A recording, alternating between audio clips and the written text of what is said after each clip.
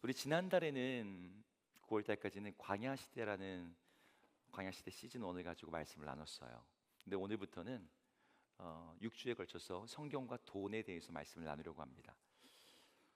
여러분들 혹시 궁금해할지 모르겠습니다. 목사님이 설교 주제를 어떻게 정하는지. 그런데 1년치가 나와 있어요.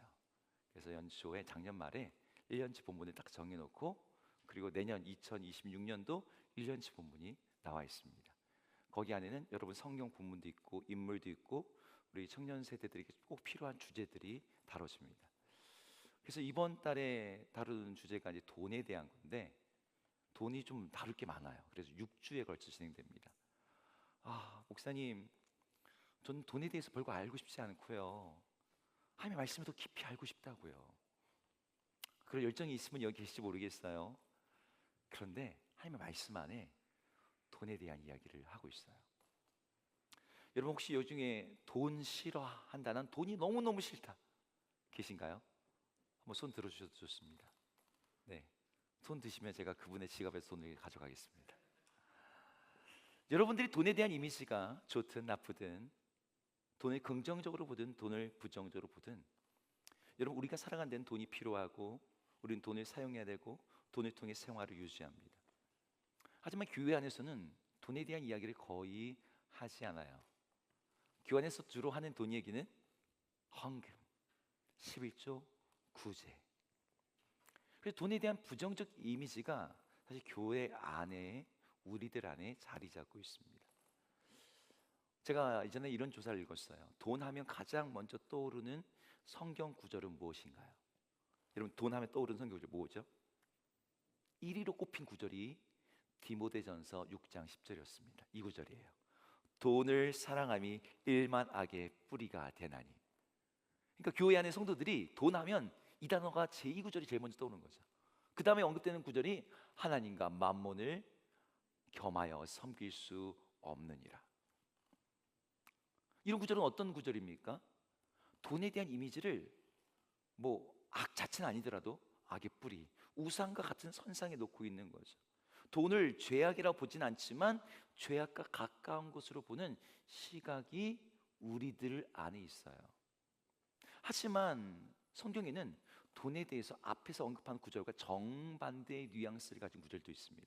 여러분들의 마음에 평안을 주기 위해서 이 구절도 한번 보여줄게요. 전도서 10장 19절 같이 읽어볼까요? 시작. 돈은 범사에 이용되느니라. 여러분 이 구절 읽어본 적 있습니까? 돈이 유용하다는 거예요.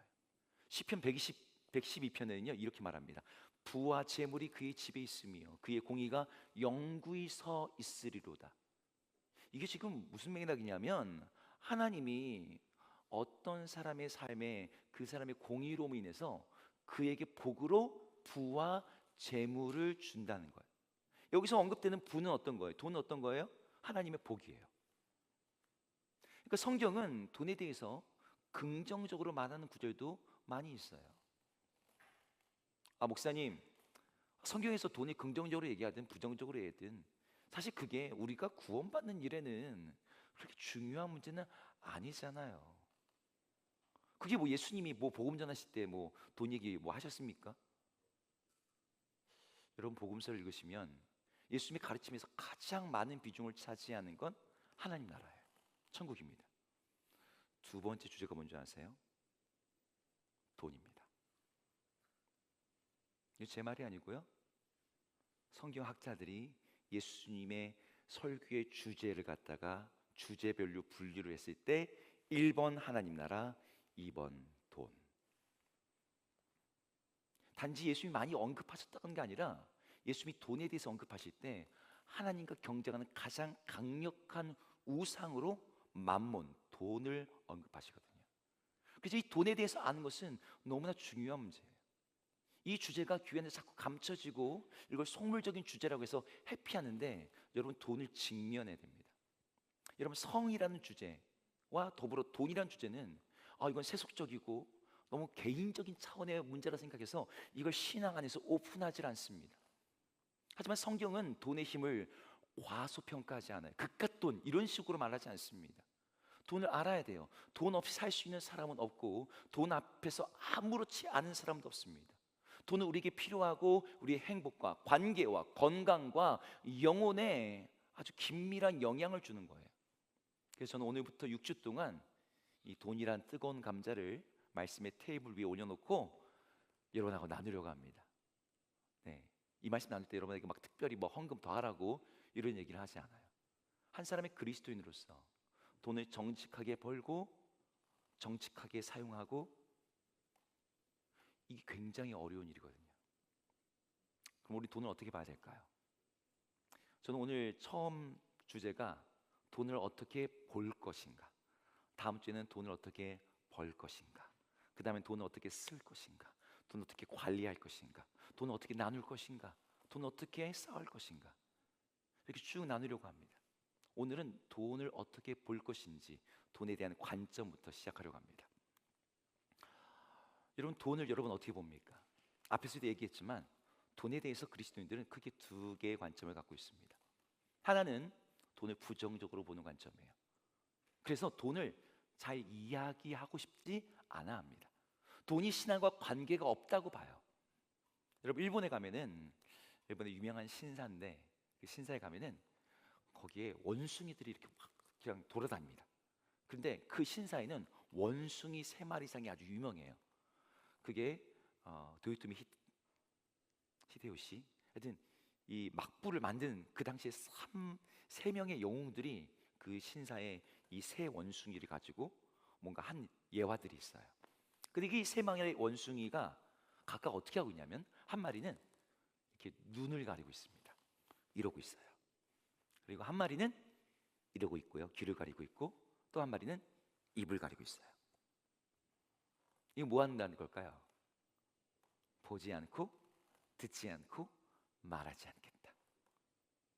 그래서 원숭이 상을 가지고 어떤 주제 앞에서 이 원숭이 상 3마리를 딱 내놓은 경우가 많습니다.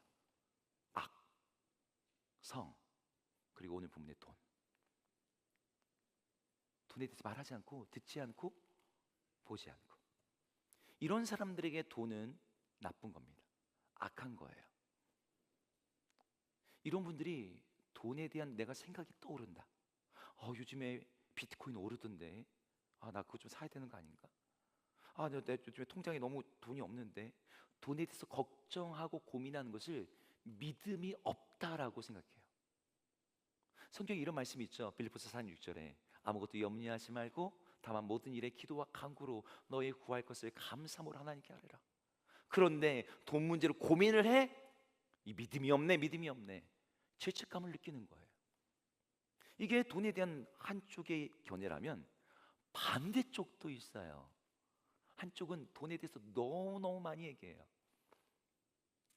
같은 교회 안에서 이단적인 교회들이 있습니다. 신사도 운동하는 교회들, 돈 굉장히 많이 얘기합니다.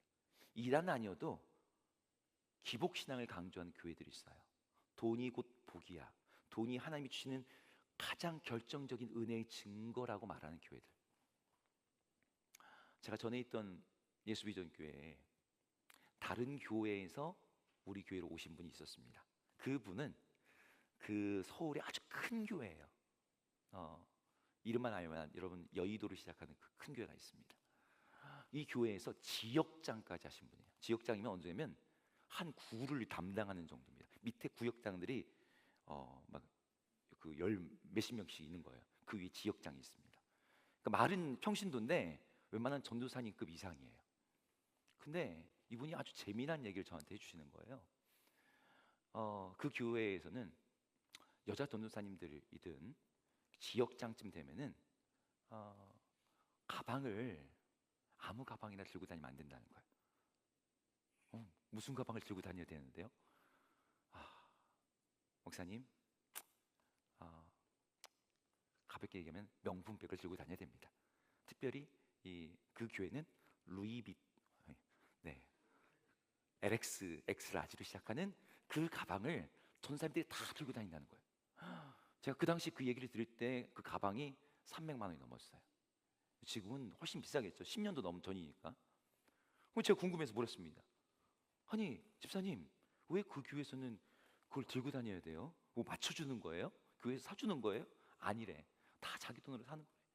왜? 그 교회에서는 돈이 곧 하나님의 복이에요. 교회 전도사님이 사역을 하는데 추리하게 다니면 그게 무슨 덕이 되냐는 거죠. 가방이라도 최소한 명품을 들고 다녀야 된다. 우리 부자 하나님의 종인 사역자들이, 목회자들이 싸구려 쓰면 권위가 안 선다. 그래서 비싼 옷, 비싼 선물, 비싼 최고급으로 치장을 해야 되는 분위기라는 거예요. 그러면서 우리 하나님 부자라며 복을 달라고 기도하라고. 사실은 복이 아니라 뭘 달라는 거예요. 돈을 달라고 기도하면서 부자 되는 축복을 구하라면서 그렇게 하나님이 주시는 복을 받기 위해서 헌금 많이 하라고 설교를 한답니다. 제가 처음 듣는데 정말 문화 충격이 왔어요. 이렇게 돈을 또 강조하는 교회도 있구나. 이런 양극단에서 오늘 설교 제목처럼 돈이 정확히 무엇인지 우리는 돈을 제대로 볼 필요가 있어요.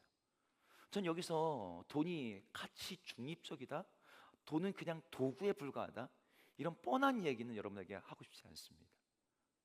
돈에 대해서 돈은 위험한 거다, 아니면 돈은 또 축복이다, 이게 극단적으로 이야기하고 싶지도 않아요.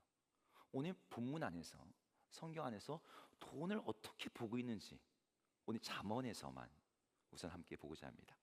오늘 잠언 30장을 읽었는데 여러분, 잠언 30장을 누가 썼는지 아십니까? 누가 썼을까요? 여러분, 잠언하면 다 솔로몬이 썼을 거라 생각했는데 잠언 30장은 다른 사람이 썼습니다. 그리고 잠언 31장도 다른 사람이 썼고요. 잠언 30장을 쓴 사람은 성경에 단 한 분밖에 등장하지 않는 사람이에요. 그 사람의 이름은 아굴입니다. 누구라고요? 아굴. 네. 이 사람은 모세나 다윗, 솔로몬처럼 알려진 사람도 아니고 부자나 권력자도 아닌 것처럼 보입니다. 그런데 이 사람의 독특한 점이 하나 있어요. 성경 어떤 인물도 거의 기도한 적이 없는 돈에 대한 기도를 이 사람이 하고 있거든요. 오늘 본문에서 아굴이 하나님께 두 가지를 구합니다. 나의 평생에 하나님, 이 두 가지를 주님께 구합니다. 첫 번째가 뭐였을까요? 거짓과 헛된 말을 자기에게서 멀게 해달라는 거. 내가 그런 말을 하지도 않을 뿐더러 그런 말들이 나를 미혹하지 않도록, 가짜 뉴스가, 어떤 그 왜곡된 말이, 거짓된 것들이 나의 삶에 영향을 주지 않도록. 근데 두 번째가 바로 돈에 대한 겁니다. 전 이 두 번째 부분에서 아굴이라는 사람이 보여주는 어떤 진솔함과 솔직함을 봐요. 여러분, 우리가 보통 여러분 신앙 좋다고 하는 사람들은 여러분 어떻습니까? 하나님, 저는 돈이 필요 없습니다. 하나님 한 분이면 돼요. 우리가 심정적으로는 그렇게 고백을 하고 싶죠. 근데 이 사람은 그렇게 말을 하지가 않아요. 뭐라고 얘기하냐면, 하나님, 전 돈이 없어서 배가 고프면 하나님을 원망하지 않을 자신이 없어요. 하나님, 그러니 저 돈 주셔야 돼요. 그런데 여기서 특별한 부분이 뭐냐면, 돈을 주시긴 주시는데 그렇다고 많이 주시지 마세요 라고 기도한다는 거예요. 적당한 수준의 제한적인 돈만 구하는 거죠. 여러분, 이렇게 기도하는 걸 들어본 적 있습니까? 제가 아까 말했던 그 교단의 목사님들하고 몇 분이랑 교제를 한 적이 있습니다. 이분들은 스케일이 달라요. 스케일이 어떻게 다르냐면은 워낙 그 교회들이 다 크다 보니까 성도들을 구할 때, 주님, 저도 100만 명의 성도를 놓고서 목회할 수 있게 해주십시오. 나는 10,000명도 생각해 본 적이 없는데 이분들은 100만 명을 놓고서 기도를 하더라고요. 네, 돈도 하나님, 우리 교회 재정이 100억이 넘게 주시. 제가 상상하지 못하는 수준으로 기도를 하더라고요. 많이 기도하는 거죠. 근데 여러분, 적게 달라고 기도하는 거 들어본 적 있습니까? 여러분, 설날에 여러분 주변에 친척들 모일 겁니다. 세뱃돈을 딱 주는데 이 친척 어르신이 제대로 준비를 해야 되는데 잔돈을 준비를 못한 거야. 지금 다 10,000원짜리 주는데 10,000원짜리가 떨어졌어. 근데 10만 원짜리밖에 없네. 그러면서 어쩔 수 없이, 야, 너는 보너스다, 10만 원 딱 준다고 칩시다. 근데 애들이라도 10만 원 딱 받으면 어떻습니까? 이거 너무 많은데요, 제가 거슬러 드릴게요. 주머니에 딱 꺼내가지고 9만 원 거슬러 주는 애들 본 적 있습니까? 아니에요. 여러분, 우리들 생각에는 돈은요 무조건 다다익선입니다. 많은 게 좋은 거예요. 가난하지 않게 해달라는 기도는 이해가 되는데 부자가 되지 말게 해달라고 기도하는 건, 여러분 그렇게 기도해 본 적 있는 분이세요 여기? 그런 기도를 우리 안 한단 말이죠. 그럼 아굴이 왜 이렇게 기도한 걸까요? 오늘 9절에 그 이유가 나오는데 9절 한번 같이 읽어보겠습니다. 9절 읽을까요? 시작. 혹 내가 배불러서 하나님을 모른다. 여호와가 누구냐 할까 하오며 혹 내가 가난하여 도둑질하고 내 하나님의 이름을 욕되게 할까 두려워함이니이다. 여기서 아굴은 돈이 가진 양쪽의 위험 모두를 보고 있었기 때문에 이렇게 기도한 겁니다. 양쪽의 위험이 뭔데요? 한쪽에는 부유함의 위험이라는 게 있다는 거예요. 배불러서 하나님을 모른다고 하는 경우들이 생긴다는 거죠. 여러분 부자가 되면 좋을 것 같지 않습니까? 돈이 많아지면 모든 게 다 좋아질 것 같지 않습니까? 여러분이 없어 봤으니까 잘 모르잖아요. 그죠? 일단 있어 봤으면 좋겠다, 그 마음이 있어요. 근데 성경은 꼭 찍어봐야 안 하는 거죠. 먹어봐야 안 하는 거죠. 아니라고 얘기해요. 왜냐하면 여러분 많은 돈은 조용하지만 서서히, 그러나 아주 확실하게 한 사람의 존재 안에서 하나님의 자리를 대체합니다. 다시 말합니다. 많은 돈은 한 사람의 존재 안에서 하나님의 자리를 대체해요. 돈이 하나님의 자리에 앉든 그 돈을 가진 나를 하나님의 자리에 올려놓든 많은 돈은 일종의 선악과 같은 역할로 작동을 하는 거죠. 반대로 부유함의 위험 정반대의 자리는 가난함의 위험이 있어요. 너무 가난해서 도둑질하고 하나님의 이름을 욕되게 하는 위험인 거예요. 여러분 가난하다고 저절로 하나님을 의지하게 되는 게 아니거든요. 신앙이 깊어지는 것도 아닙니다. 많은 경우 가난은 믿음의 시험대가 돼요. 하나님 정말 날 사랑하시는 거 할까? 기도해도 내 상황이 그대로인데. 무엇보다도 가난이 갖는 가장 큰 위험이 있다면 아까 이 본문에 나온 것처럼 도둑질하는 위험입니다. 내가 꼭 뭘 훔치지 않아도요, 가난하면 우리는 양심을 저버리는 일, 죄악을 저지르는 일이 아주 손쉽게 합리화가 돼요. 여러분 가난한 나라들, 빈부격차가 큰 나라들, 뭐 필리핀이라든지 남미라든지, 여러분 그런 나라에서는 진짜 현찰 100만 원이면 사람의 목숨을 청부 살인 의뢰를 할 수 있대요. 사람을 죽이는데 돈 100만 원이면 된다는 거예요. 여러분 이 살인한 죄가 어떻게 이렇게 가볍게 된 거죠? 가난 속에서. 이 양쪽에 다 위험이 있는 거예요. 이런 관점에서 아굴은 기존의 돈에 대한 기도와는 아주 다른 관점으로 얘기합니다. 돈이 필요하니 돈을 주세요라고 기도하지 않고 내가 가난하게도 마옵시고 부하게도 마옵시고 오직 필요한 양식으로 저를 먹여주십시오. 이걸 요즘 말로 번역을 하면 이런 겁니다. 돈이 많아서 주님을 잊어버리는 것도 두려운 일이고 돈이 없어서 주님을 원망하게 되는 것도 두렵습니다. 그러니까 실제로는 겉으로는 돈에 대해서 기도를 하는 것 같지만 뭐에 대해서 기도하는 겁니까? 나의 믿음과 신앙에 대한 하나님을 잃지 않게 해달라는 기도를 지금 하고 있는 거죠. 하나님, 나의 처지와 형편보다 더 중요한 것은 하나님과의 관계입니다. 여러분이 돈 놓고 기도할 때는요, 돈을 중심에 놓고 하나님을 끌어가지고 옵니다. 하나님 저 이 돈 주세요, 이 돈 주세요. 근데 아굴은 중심에 돈이 아니라 하나님을 두고서 이 돈을 조절해 달라고 얘기하는 거죠. 전 여기서 돈에 대한 우리의 관점을 한번 교정할 필요가 있다는 생각해요. 저는 세 가지를 함께 나누고자 합니다. 첫 번째, 우리는 돈을 바라볼 때 돈의 쓰임을 주목해야 돼요. 돈의 가치를 결정하는 것은 돈의 쓰임입니다. 아굴은 돈에 교만하지 않고 비굴해지지 않는 이 적정선 안에서의 쓰임을 원했어요. 돈으로 자신의 가치를 증명하려고 하지 않았고 돈을 신분 상승이나 쾌락의 도구로 쓰려고 하지도 않았습니다. 여기서 아굴이 돈을 요구한 건 딱 한 가지 이유입니다. 뭐예요? 필요한 양식을 위해서예요. 돈이 필요한데 쓰일 때는 돈의 가치는 아주 유용합니다. 문제는 돈이 많은 경우 그렇게 쓰이지 않는다는 거예요. 여러분들이 오늘 설교가 끝난 후에 집에 돌아가셔서 여러분들이 용돈 기입장이든 아니면 여러분의 통장이든 여러분의 카드 내역서든 한번 정리해 보세요. 돈이 정말 필요한 데 쓰이고 있는지 아니면 다른 곳에 쓰이고 있는지. 여러분에게 고백할 게 하나 있습니다. 지난 추석 연휴 때 제가 아이들과 함께 추석 연휴가 길었잖아요. 근데 어디 멀리 가기도 애매하고 그래서 시내를 나갔습니다. 제가 서울에서 이런 설교를 하면은 시내란 말이 뭐지? 그럴 텐데 이천에서는 이 말이 되게 유용한 말이죠. 시내를 나갔어요. 요즘에 시내에 중앙통에 엄청나게 생긴 게 있습니다. 뭐냐면 인형 뽑기 방이에요. 근데 우리 애들이 그걸 해보고 싶다는 거예요. 자기 뽑을 수 있다는 거예요. 그래서 아빠 찬스를 써서 거금 7,000원을 딱 넣었는데 하나도 못 뽑았어요. 네. 1,000원에 두 판짜리 이런 걸 하는데도 7,000원을 썼는데 못 뽑았어요. 집에 왔더니 우리 아이들이 얘들이 좀 탐구력이 있어요. 인형 뽑기 유튜브를 보고 있는 거예요.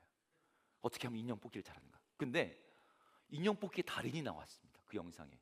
이 사람은 인형 뽑기에만 1억을 넘게 쓴 사람이에요.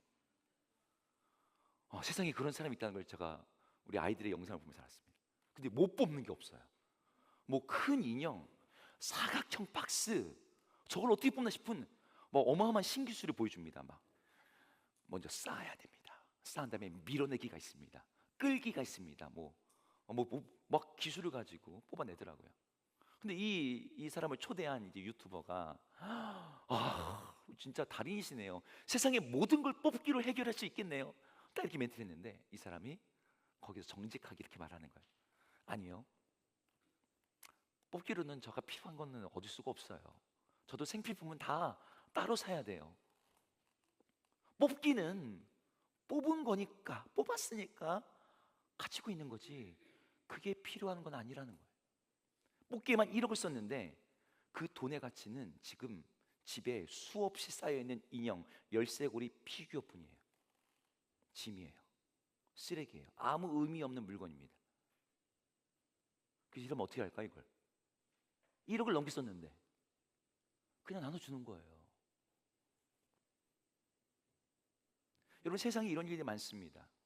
이건 피로제가 아니라 사치제와 기호제를 이런 쪽으로 그냥 재미와 즐거움과 어떤 것들을 위해서 돈이 블랙홀처럼 거기에 빨려 들어갑니다. 여러분들 아마 아시고 있을 거예요. 물건의 가치가 그러니까 물건의 값이 비싸다고 그게 꼭 가치 있는 건 아니라는 걸 여러분은 알고 있죠. 근데 여러분 마귀가 그 짓을 되게 잘합니다. 하나님 만드신 것들에다가 가격표를 막 띄어다가 자기 마음대로 다시 붙여요. 가장 고귀한 게 뭐죠? 여러분들이 가진 것 중에 가장 고귀한 게 뭡니까? 생명이죠. 영혼이죠. 근데 거기다 헐값을 붙여요. 그리고 권력, 힘, 말 그대로 돈에다가는 엄청 비싼 가격을 붙여놓습니다. 그걸 위해서는 생명도 영혼도 팔아도 괜찮아 라는 식으로 비싼 가격을 붙여놓으니까 사람들은 그게 좋은 줄 압니다. 하지만 이게 속임수죠. 마귀의 이런 속임수가 통하는 이유는 사람들은 큰 숫자에 되게 감동하거든요.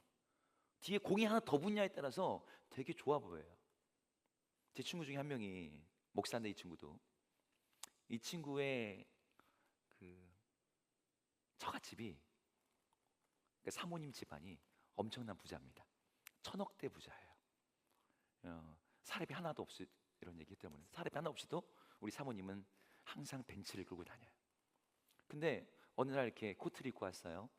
코트를 입고 왔는데 이 친구는 이렇게 겉으로 볼 때 참 없어 보여요. 없어 살았어요.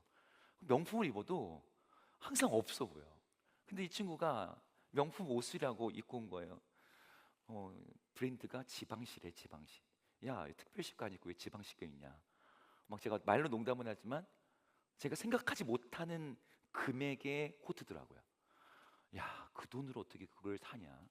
그 돈이면 양복을 5벌은 하겠다. 근데 막 특별히 멋지지도 않아. 근데 무슨 뒤에 공이 하나 다른 거죠. 근데 비싸면 좋을 거라는 생각들이 있습니다. 하지만 여러분, 돈의 가치는 돈의 액수가 아니라 돈의 쓰임에 의해 결정됩니다. 여러분의 일상을 영위하게 하기 위해서 쓰는 돈, 하나님의 사랑하는 마음으로 누군가에게 내가 베푸는 돈과 내가 사치와 허비로 탕진하는 돈은 이쪽 돈이 훨씬 액수가 많아도 이쪽 돈이 더 가치 있는 돈이 아니에요. 만약 여러분이 쓴 돈이 누군가의 생명을 살리기 위한 돈의 마중물이 된다고 한다면 그 돈의 가치는 절대적 생명의 가치에 근접하게 됩니다. 하지만 여러분들이 쓰는 돈이 아무리 많아도 잠깐의 만족과 쾌락에 의해 쓰인다면 그 돈의 가치는 한없이 쓸모 없어지는 휴지처럼 전락해 버려요. 여러분들이 돈에 대해서 목적을 이해할 때 돈이 목적이 아니라 도구다라는 말 많이 들었을 겁니다. 이 도구로서 돈의 가치는 저런 양이 아니라 쓰임에 달려 있어요. 여러분, 이걸 먼저 여러분들이 돈을 볼 때 가지고 계셔야 됩니다. 여러분, 똑같은 칼이어도 이 칼이 가지고 요리용으로 쓸 수도 있고 범죄용으로 쓸 수도 있고 의료용으로 쓸 수도 있습니다. 칼이 어느 자리에 쓰여지냐에 따라서 다른 맥락과 다른 가치를 갖게 돼요. 마찬가지로 우리는 쓰임에 따라서 돈을 다르게 볼 수 있는 눈을 가져야 됩니다. 여러분, 주님께 드리는 돈은 되게 아깝게 느껴지죠. 액수와 상관없이. 나를 위해서 쓰는 돈은 플렉스.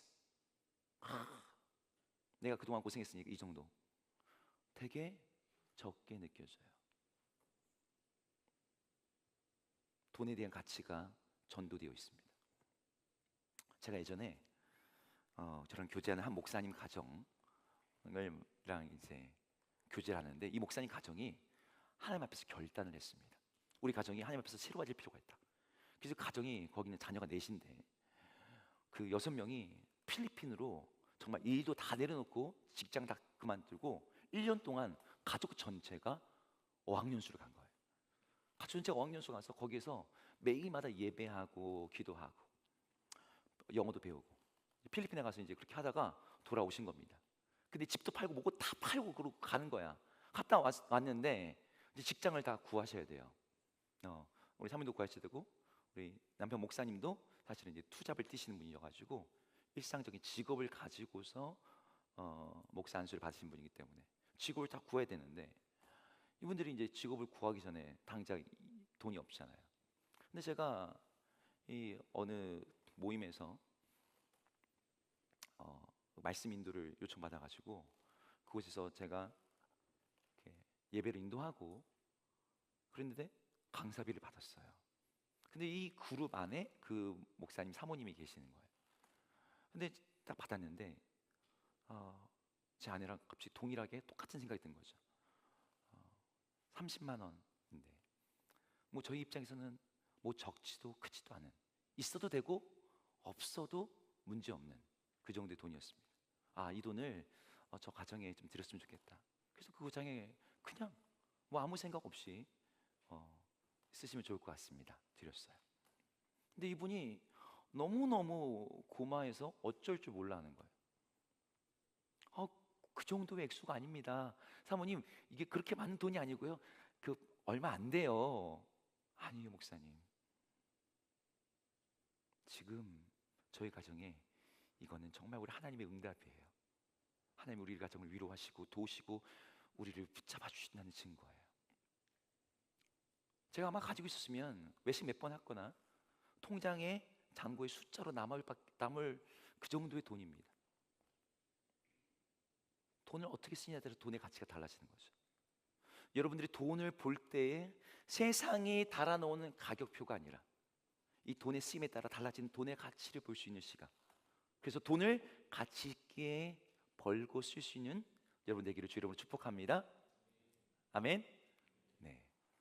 두 번째, 우린 돈을 볼 때 여러분, 돈을 많은 사람들이 이렇게 보고 있는데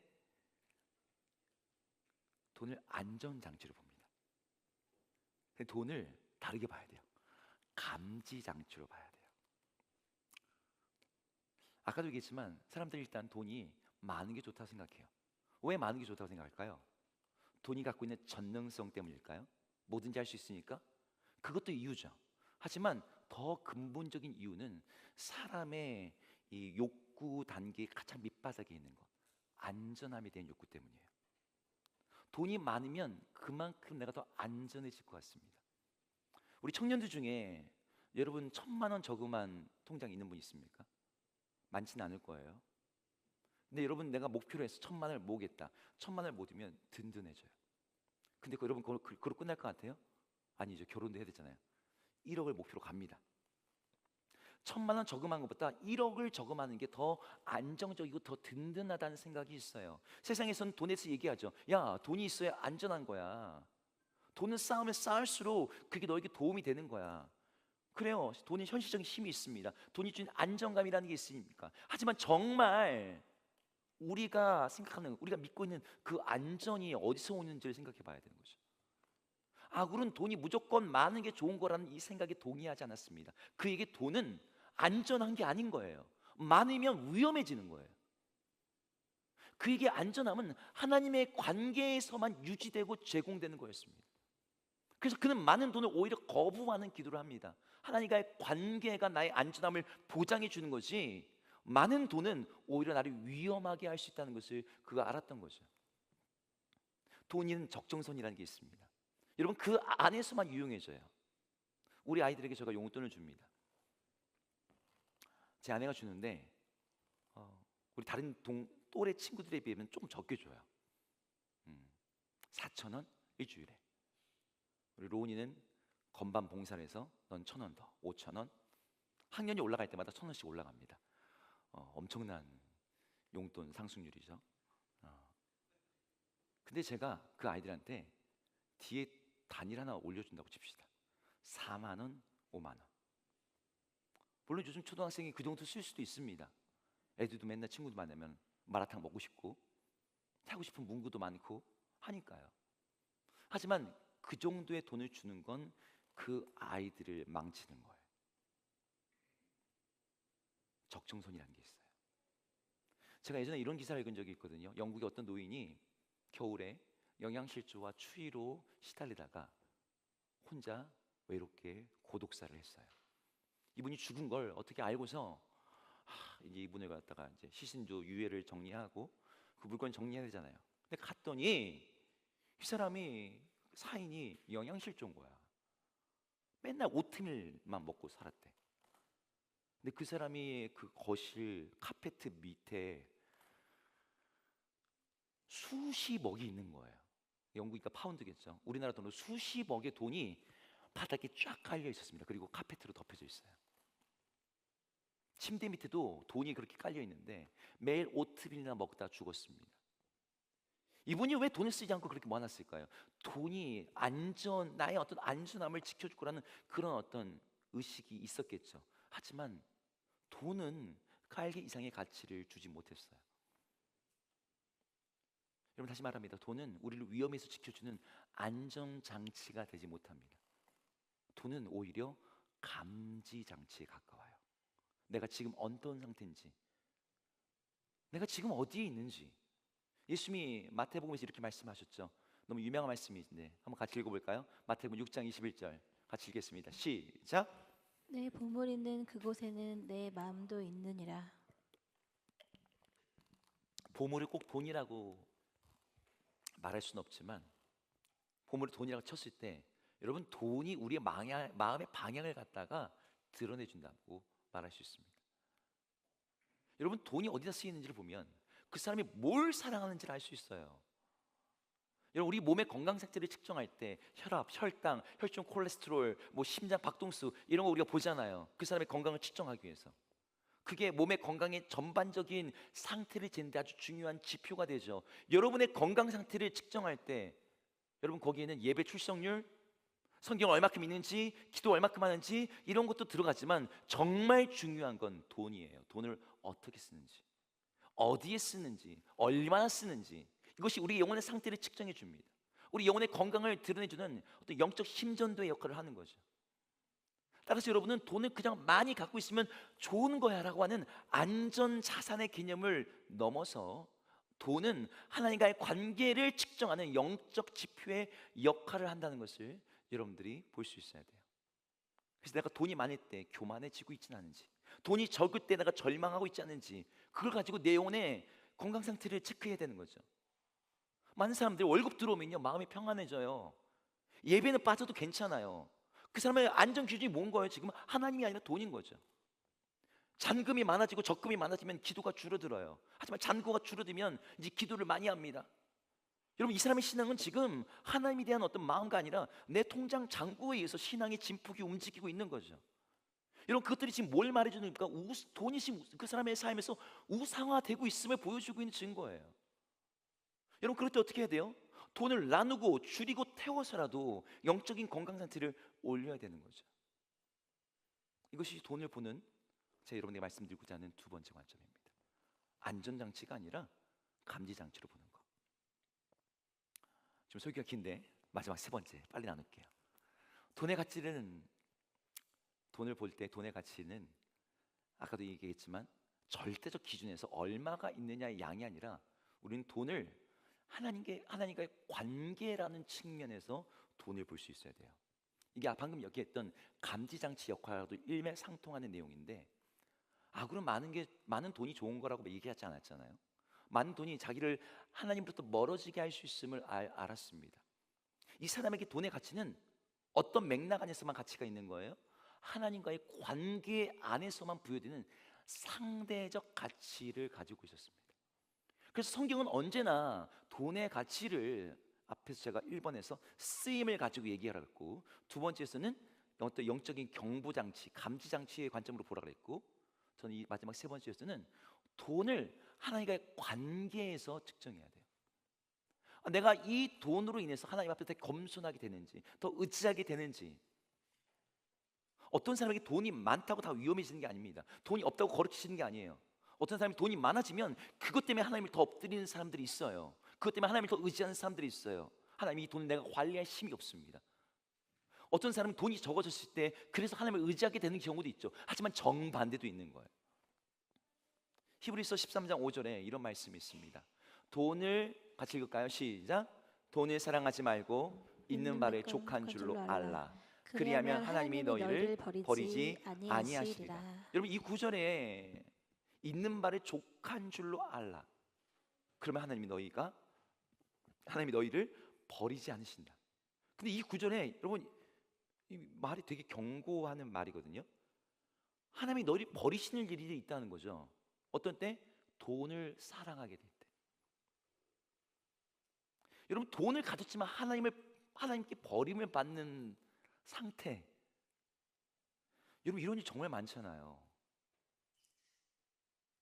돈 버는 일 때문에 예배를 못 드리는 사람이, 교회를 못 나오겠다는 사람들이 너무 많아요. 여러분, 처음에는 가족을 위해서 봉사하겠다 돈을 벌다가 돈 때문에, 그 버는 일 때문에 가족이 해체돼요. 소탐대실이죠. 여러분, 돈의 가치는 액수나 금액이나 양에 의해서 좌우되지 않아요. 돈은 그것이 나를 어디로 이끌어 가느냐에 따라 결정됩니다. 앞에서 돈이 그 쓰임에 따라서 가치가 달라진다고 했는데, 여러분 질문해야 돼요. 돈 때문에 내가 하나님을 더 의지하게 되는지, 아니면 하나님 없이도 나는 이 정도면 살지 라고 생각하게 되는지. 돈의 가치를 양이 아니라 관계 속에서 볼 때 돈의 위상이 완전히 달라집니다. 여러분, 잔고가 많아진다고 여러분 부유해지는 게 아닙니다. 여러분, 오해하시면 안 돼요. 잔고가 하나도 없어도 사용된 돈으로 인해서 내가 하나님과 더 친밀해지고 가까워진다면 그 돈은 최고의 가치로 사용된 거예요. 그 사람을 부유하게 만들어준 겁니다.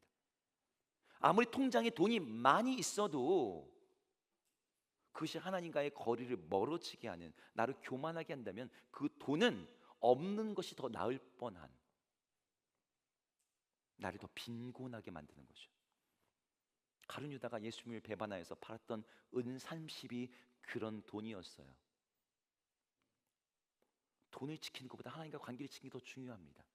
누가복음 16장 9절에서 예수님이 이렇게 말씀하세요. 같이 읽겠습니다. 시작. 너희에게 말하노니 불의의 재물로 친구를 사귀라. 그리하면 그 재물이 없어질 때에 그들이 너희를 영주할 처소로 영접하리라. 네, 불의의 재물로 친구를 사귀라. 여기 말하는 불의 재물은요, 좋은 돈이 아닙니다. 나쁜 돈이에요. 근데 그 돈을 친구를 사귄 데 쓰면 그 돈이 그나마 가치 있는 유용한 데 쓴다는 거예요. 예수님이 이 비유를 할 때 이 불의의 재물로 친구를 하게 돼. 이 친구를 누구를 궁지 얘기하면 예수님을 가리키는 겁니다. 이거 우리에게 돈에 대한 다른 사용처를 얘기해 주는 거죠. 하나님, 전 돈이 필요합니다. 하지만 돈 때문에 하나님을 이룰 수는 없습니다. 하나님보다 크지 않은 돈을 허락해 주십시오. 그리고 제게 주어진 돈을 주님의 일, 주님과의 관계에서 가장 우선적으로 사용하게 해 주십시오. 우리가 돈을 하나님과의 관계에서 볼 때 돈은 그 제자리를 찾게 돼요. 말씀을 정리하겠습니다. 돈은 우리에게 많은 걸 보여줘요. 우리가 뭘 사랑하는지, 뭘 의지하는지, 우리에게 진짜 하나님이 무엇인지. 그 사람의 돈을 쓰는 거 보면 그 사람의 신앙을 알 수 있습니다. 이런 말이 있어요. 지갑은 그 사람의 두 번째 성경책이다. 우리가 뭘 믿는지, 우리의 마음을 어디에 두고 있는지, 여러분의 카드 내역서는 여러분의 일종의 영적인 통장 내역서랑 같은 거예요. 여러분의 통장이 지금 여러분에게 뭘 말하고 있는 것 같습니까? 나는 하나님을 믿습니다라고 말하고 있는 것 같아요? 아니면 나는 돈이 있어야 삽니다라고 말하는 것 같아요? 우리 정직하게 우리 스스로에게 물어볼 때 우리가 돈을 막 다스리는 사람이다라기보다는 돈에 의해 다뤄지는 사람들인 경우가 많아요. 저도 돈에 자유롭지 않아요. 돈을 다스릴 충분한 힘과 능력이 아직도 부족합니다. 만약에 저한테 갑자기 꽁돈 1억이 생기면 저는 아주 위험해질 거예요. 많은 사람들이 돈이 많으면 여유로워지고 돈이 줄면 초조해집니다. 카드값이 밀리면 불안해지고 잠을 못 자고 통장의 숫자가 쌓이면 왠지 기도가 안 나와요. 기도의 자리로 안 나갑니다. 이게 부인할 수 없는 우리 현실이에요. 이런 상황에서 우리가 하나님 앞에 결단해야 돼요. 주님, 제가 돈을 다스릴 능력을 주님께 구합니다. 내가 다스릴 능력이 안 되는 것 같으면 여러분 많은 돈을 구하지 마세요.